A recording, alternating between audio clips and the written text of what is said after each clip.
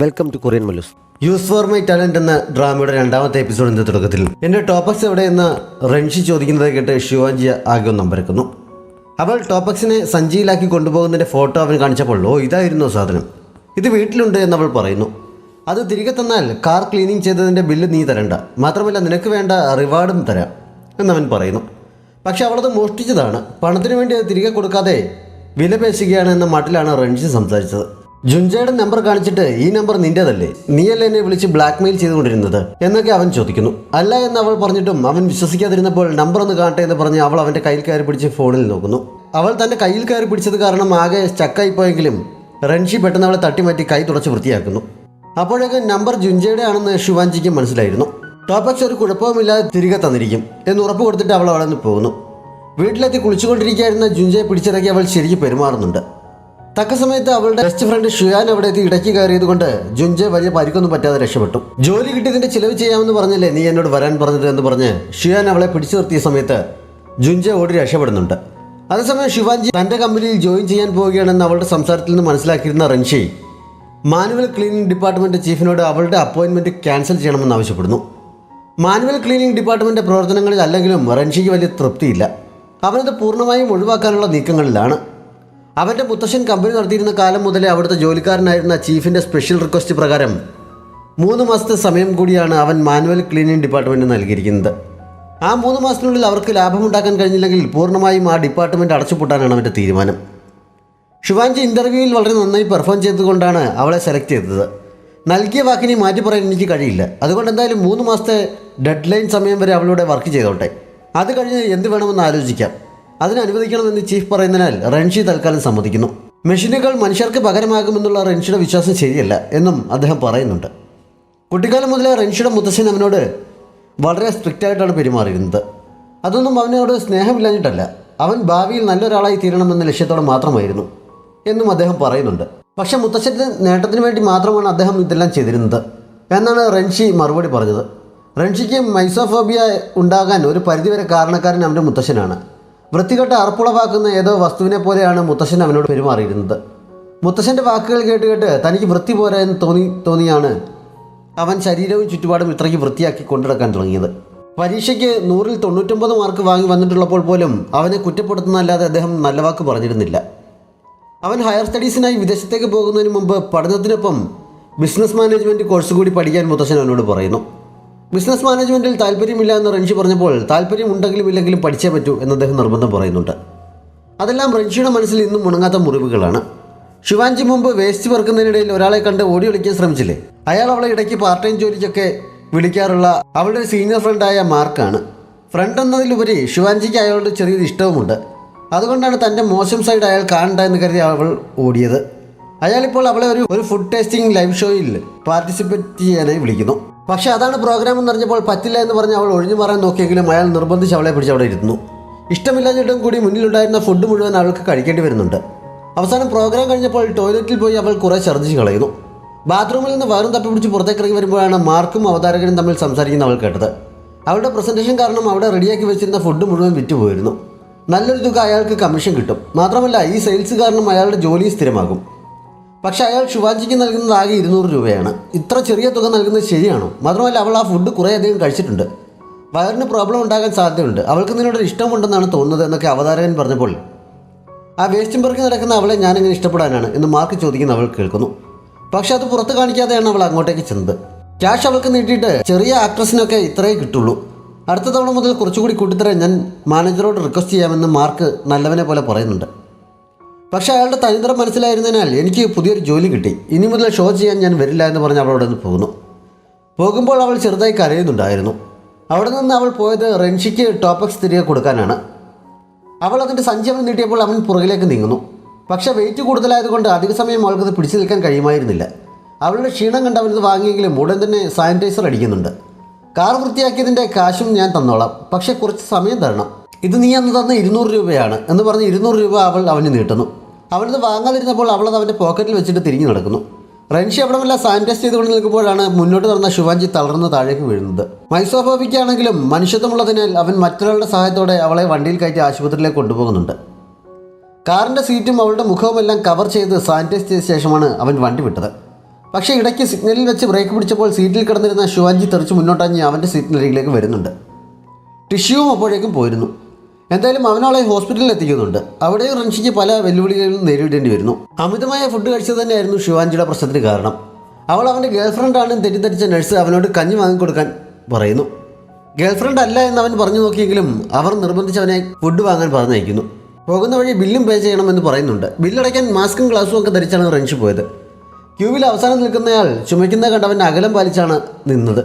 അത് കാരണം പിന്നീട് വന്നവർ ഇടയ്ക്കുള്ള ഗ്യാപ്പിൽ കയറി നിൽക്കുന്നു. അവസാനം എനിക്ക് പകർച്ചവ്യാധിയാണ്, അതുകൊണ്ടാണ് ഞാൻ അകന്നു നിൽക്കുന്നത് എന്ന് പറഞ്ഞ് അവൻ അവരെ അകറ്റി നിർത്തുന്നുണ്ട്. ഒരു വിധത്തിൽ ക്യാഷ് കൗണ്ടറിന് മുന്നിൽ ചെന്നപ്പോൾ പേഷ്യൻ്റെ ഐഡൻറ്റിറ്റി കാർഡ് ഇല്ലാതെ ബില്ലടയ്ക്കാൻ കഴിയില്ല എന്ന് അറിയിക്കുന്നു.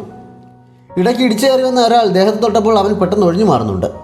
മുറിയിൽ തിരിച്ചെത്തി അവൻ ശിവാഞ്ചിയെ ഉണർത്താൻ ചെറിയ ശ്രമങ്ങളൊക്കെ നടത്തിയെങ്കിലും രക്ഷയില്ലാത്തതിനാൽ അവസാനം മടിച്ച് അവളുടെ ബാഗിലെ സാധനങ്ങളൊക്കെ കുടഞ്ഞ് ബെഡിലേക്ക് ഇട്ടിട്ട് അതിൽ ID കാർഡ് ഉണ്ടോ എന്ന് തിരയുന്നു.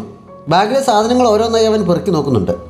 അവസാനം പേഴ്സിൽ നിന്ന് ID കാർഡ് തപ്പിയെടുത്ത് അതുമായി അവൻ ക്യാഷ് അടയ്ക്കാൻ പോകുന്നു. മാത്രമല്ല ഡോങ്ഷി എത്തുന്നവരെ അവൻ അവൾക്ക് കൂട്ടിരിക്കുന്നുമുണ്ട്. ഡോങ്ഷി എത്തിയപ്പോഴേക്കും രാത്രിയായിരുന്നു.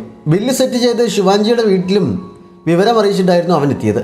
റിലേറ്റീവ്സ് ഉടനെ എത്തും എന്നവൻ ഉറപ്പ് പറഞ്ഞതുകൊണ്ടാണ് റൺഷി അവളെ തനിച്ചാക്കി പോകാൻ തയ്യാറായത്. റൺഷി ചേച്ചിയോട് ചെയ്യുന്ന നല്ല കാര്യം അറിയാതെ ജുൻജെ അന്ന് രാത്രി റൺഷി ഇട്ടിട്ട് പണി കൊടുക്കുന്നുണ്ട്. ആരും കാണാതെ അവൻ കുറച്ച് വേസ്റ്റ് റൺഷിയുടെ കാറിന് മുകളിൽ കൊണ്ടുവെക്കുന്നു. അടുത്ത ദിവസം രാവിലെയാണ് ശിവാഞ്ചിക്ക് ബോധം വീണത്. മുറിയിൽ ലൂഷിയാൻ നിൽക്കുന്ന കണ്ട് അവനോട് അവൾ കാര്യങ്ങളൊക്കെ മനസ്സിലാക്കുന്നു.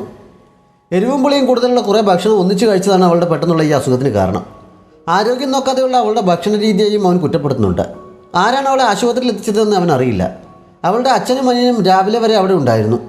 അച്ഛന് ജോലിക്കും ജുൻജയ്ക്ക് സ്കൂളിലും പോകേണ്ടതുകൊണ്ട് പ്രത്യേകിച്ച് പണിയൊന്നുമില്ലാത്ത ലൂഷിയാനെ അവൾ ഉണരുമ്പോൾ വീട്ടിലേക്ക് കൂട്ടിക്കൊണ്ട് പോകാൻ ഏൽപ്പിച്ചിട്ടാണ് അവർ പോയത്. ശിവാഞ്ചിയുടെ ഹാർഡ് വർക്കിനെ കുറിച്ച് അറിയാമായിരുന്ന ലൂഷിയാൻ, നീ എങ്ങനെ കുടുംബത്തിന് വേണ്ടി കഷ്ടപ്പെട്ട് അസുഖം വരുത്തി വെച്ചാൽ അതും അവർക്ക് വിഷമം മാത്രമേ നൽകുള്ളൂ, സന്തോഷം നൽകില്ല എന്നും അവൻ പറയുന്നുണ്ട്. ഡോങ്ഷി രാവിലെ പാർക്കിംഗ് ഏരിയയിലെത്തി റൺഷിയോട് താഴേക്ക് ഇറങ്ങി വന്നോളാൻ വിളിച്ചു പറഞ്ഞു കഴിഞ്ഞപ്പോഴാണ് കാറിന് മുകളിലിരിക്കുന്ന വേസ്റ്റ് കണ്ടത്. റൺഷി എത്തുന്നതിന് മുമ്പ് അവനത് എടുത്തുകൊണ്ട് കളഞ്ഞിട്ട് സ്മെല്ലടിക്കാതിരിക്കാൻ പറ്റാവുന്നത്ര ക്ലീൻ ചെയ്യുന്നുണ്ട്. പക്ഷേ കാറിനുള്ളിൽ കയറിയപ്പോൾ മുതൽ എന്തോ ചീഞ്ഞ നാറ്റം വരുന്നുണ്ടല്ലോ എന്ന് റൺഷി പറയാൻ തുടങ്ങുന്നു. ഡോങ്ഷി പല കള്ളങ്ങളും പറഞ്ഞ് ഒരു വിധത്തിൽ അവനെ ഓഫീസിലെത്തിക്കുന്നു. ഡിസ്ചാർജ് ആയ ശേഷം ശിവാഞ്ചി റൺഷിയുടെ കമ്പനിയിൽ ജോയിൻ ചെയ്യാനായി പോകുന്നു. പതിവ് പോലെ വഴിയിൽ നിന്ന് ബ്രേക്ക്ഫാസ്റ്റ് ബാഗിലുണ്ടായിരുന്നത് അകത്തേക്ക് കൊണ്ടുപോകാൻ കഴിയില്ല എന്ന് വാതിൽക്കൽ വെച്ചുള്ള ചെക്കിങ്ങിനിടയിൽ ഒരു സ്റ്റാഫ് അവൾ അറിയിക്കുന്നു. ഇവിടെ എവിടെയെങ്കിലും മാറിയിരുന്ന് കഴിച്ചിട്ട് പോകാൻ അവർ പറഞ്ഞെങ്കിലും ഇനി കഴിക്കാൻ നല്ല ലേറ്റാകും, അതുകൊണ്ട് ബ്രേക്ക് ടൈമിൽ വന്ന് വാങ്ങിച്ചോളാം, അതുവരെ ഇതൊന്ന് സൂക്ഷിച്ചോളെന്ന് പറഞ്ഞ് അവരെ തന്നെ അത് ഏൽപ്പിച്ചിട്ട് അവൾ മുകളിലേക്ക് കൊടുന്നു. ശിവാഞ്ചി ഡ്യൂട്ടിക്ക് കയറി കുറച്ച് കഴിഞ്ഞപ്പോഴാണ് റൺഷി ഓഫീസിലെത്തിയത്. അവൾ തറ ക്ലീൻ ചെയ്തുകൊണ്ട് നിൽക്കുന്നതിനിടയിൽ അവനെ കണ്ടപ്പോൾ ഗുഡ് മോർണിംഗ് പറയുന്നുണ്ട്. പക്ഷെ വണ്ടിയിലിരുന്നപ്പോൾ തോന്നിയ നാറ്റം റൺഷിക്ക് അപ്പോഴും ഫീൽ ചെയ്യുന്നുണ്ടായിരുന്നു. ശിവാഞ്ചിയെ വണ്ടിയിൽ കൊണ്ടുപോയത് കൊണ്ട് മുന്നിൽ അവളെ കണ്ടപ്പോൾ അവളുടെ ശരീരത്തിന് സ്മെല്ലായിരിക്കുമെന്ന് അവൻ സംശയം തോന്നുന്നു. അവനത് അവളോട് ചോദിക്കുന്നുണ്ട്. അപ്പോഴാണ് അവൻ്റെ ഷൂവിൽ പറ്റിയിരിക്കുന്ന വേസ്റ്റ് ശിവാഞ്ചിയുടെ ശ്രദ്ധയിൽപ്പെട്ടത്. ശിവാഞ്ചിയെ കുറ്റം പറഞ്ഞുകൊണ്ട് നിന്ന് റൺഷി ഒന്ന് ചമ്മുന്നുണ്ട്. ഇതെങ്ങനെ സംഭവിച്ചു എന്ന മട്ടിൽ അവൻ ഡോങ്ഷിയെ നോക്കുന്നു. രാവിലെ കാറിന് മുകളിൽ വേസ്റ്റ് ഇരുന്ന കാര്യം അവസാനം ഡോങ്ഷി തുറന്നു പറയുന്നു. അതിൻ്റെ അംശം വല്ലതും തറയിൽ കിടന്നതാവും അവൻ്റെ കാലിൽ പറ്റിയതെന്നറിഞ്ഞതും റൺഷി ഓഫീസിനുള്ളിലേക്ക് ഓടുന്നു. ആദ്യം തന്നെ ഷൂ ഒരു വേസ്റ്റ് ബിന്നിൽ ഇടുന്നു. അവൻ്റെ ഈ സ്വഭാവം കാരണം ഓഫീസ് മുറികളിൽ തന്നെ ഒരു ക്യാബിനിൽ അവന് കുറേ സ്പെയർ ഡ്രസ്സും ഷൂസുമൊക്കെ എപ്പോഴും സ്റ്റോക്ക് ചെയ്ത് വെച്ചിട്ടുണ്ട്. ഷൂ മാറ്റിയിട്ട് സാനിറ്റൈസർ ഉപയോഗിച്ച് തൂത്തിട്ടുമൊന്നും തൃപ്തി വരാതെ അവൻ ഡ്രസ്സ് തന്നെ ചേഞ്ച് ചെയ്യാൻ തുടങ്ങുന്നു. ആ സമയത്ത് വാതിൽക്കളുടെ മുട്ടുകട്ടപ്പോൾ ഡോങ്ഷി ആവും അത് എന്ന് കരുതി അകത്തേക്ക് വരാൻ അവൻ പറയുന്നു. പക്ഷേ കയറി വന്നത് ശിവാഞ്ചിയാണ്. അവൻ ഷർട്ട് മാറ്റിയ സമയത്താണ് അവൾ അവിടെ എത്തിയത്. രണ്ടുപേരും ശരിക്കും ചമ്മുന്നുണ്ട്. ശിവാഞ്ചി മുഖം മറച്ചുകൊണ്ട് തിരിഞ്ഞു നിൽക്കുന്നു. അവൻ വേഗം ഷർട്ട് മാറിയിടുന്നുണ്ട്. നീ എന്തിനാ ഇങ്ങോട്ട് വന്നത് എന്നവൻ ചോദിച്ചത് കേട്ടപ്പോൾ അവൾ തിരിഞ്ഞു നോക്കുന്നു. ഷർട്ടിൻ്റെ ബട്ടൺ തെറ്റിച്ചിട്ടിരിക്കുന്ന അറിയാതെ മസിൽ പിടിച്ച് നിൽക്കുന്ന അവനെ കണ്ടപ്പോൾ അവൾക്ക് ചിരി വന്നെങ്കിലും ഷർട്ടിൻ്റെ കാര്യം അവൾ മിണ്ടുന്നില്ല. ബോധം കെട്ട് വീഴുന്നതിന് മുമ്പ് ഞാൻ അവസാനം കണ്ടത് സാറിനെയാണ്, അതുകൊണ്ട് എന്നെ ഹോസ്പിറ്റലിൽ എത്തിച്ചത് സാറായിരിക്കുമെന്ന് എനിക്കറിയാം. അതിന് താങ്ക്സ് പറയാനാണ് ഞാൻ വന്നത് എന്നവൾ പറയുന്നു. ഞാൻ ചെയ്യേണ്ടത് മാത്രമേ ചെയ്തുള്ളൂ എന്നവൻ പറയുന്നു. വേസ്റ്റ് ബിന്നിൽ കിടക്കുന്ന ഷൂ കണ്ടപ്പോൾ ഇത്ര വില കൂടിയ ഷൂ എന്തിനാണ് കളയുന്നത്, ഞാൻ തുടച്ച് വൃത്തിയാക്കി തരാമെന്ന് പറഞ്ഞ് അവളതെടുത്തെങ്കിലും അത് താഴെയിട്ടിട്ട് പോകാൻ അവൻ പറയുന്നു. അവളെ തിരികെ ഇട്ടിട്ട് വാതിലിനടുത്ത് വരെ പോയ ശേഷം തിരിഞ്ഞു നിന്ന് ബട്ടൺ തെറ്റിക്കിടക്കുന്നത് അവനോട് പറയുന്നു. പെട്ടെന്ന് തിരിഞ്ഞു നിന്ന് ഷർട്ട് നേരെയാക്കിയിട്ട് അവളോട് പോയിക്കോളാൻ അവൻ പറയുന്നു. അന്ന് റൺഷി വേസ്റ്റ് കളയാനായി ബാത്റൂമിനടുത്തെത്തിയപ്പോൾ ലേഡീസിൻ്റെ ബാത്റൂമിൻ്റെ ഉള്ളിൽ നിന്ന് ആരോ അവനെക്കുറിച്ച് സംസാരിക്കുന്ന കേൾക്കുന്നു. ഞാൻ റൺഷിയെ മനഃപൂർവ്വമാണ് അപ്രോച്ച് ചെയ്തത്. ഇന്ന് അവൻ വേസ്റ്റിൽ ചവിട്ടി. അവനെ വലിച്ചു താഴെയിടാൻ അധികം സമയമൊന്നും വേണ്ട, അവസരം പോലെ ഞാൻ അവനോട് കൂടുതൽ അടുക്കുന്നതാണ് എന്നൊക്കെയാണ് അവൻ കേട്ടത്. ആ സംസാരം നിന്ന് തൊട്ടുപുറകിന് ശിവാഞ്ചി ബാത്റൂമിൽ നിന്ന് പുറത്തേക്ക് ഇറങ്ങി വരുന്ന അവൻ കാണുന്നു. അവൾ ഹെഡ്ഫോണും വെച്ചിട്ടുണ്ട്. അവൾ ഫോണിൽ ആരോടെ സംസാരിച്ചതാണ് താൻ കേട്ടതെന്ന് തന്നെ അവൻ വിശ്വസിക്കുന്നു. അവൾ മനഃപൂർവ്വമാണോ തന്നെ സമീപിച്ചതെന്ന് നേരത്തെ തന്നെ സംശയമുണ്ടായിരുന്ന റൺഷിക്ക് ഇതും കൂടി ആയപ്പോൾ ആകെ ദേഷ്യം കയറുന്നു.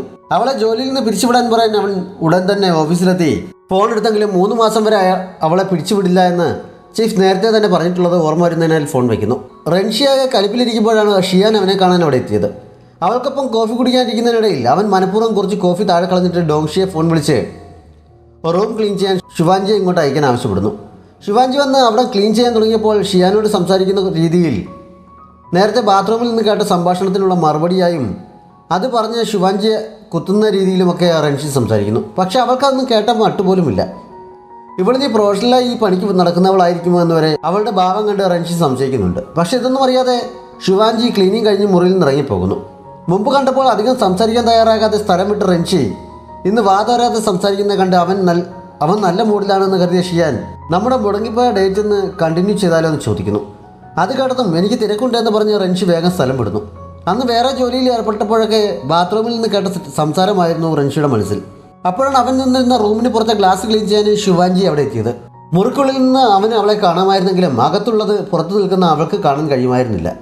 പക്ഷേ റൻഷിക്ക് ആ സമയത്ത് തോന്നിയത് ഇവളെൻ്റെ ശ്രദ്ധ പിടിച്ചു പറ്റാൻ മനഃപൂർവ്വം എന്നെ ഫോളോ ചെയ്യുന്നതാണോ എന്നാണ്.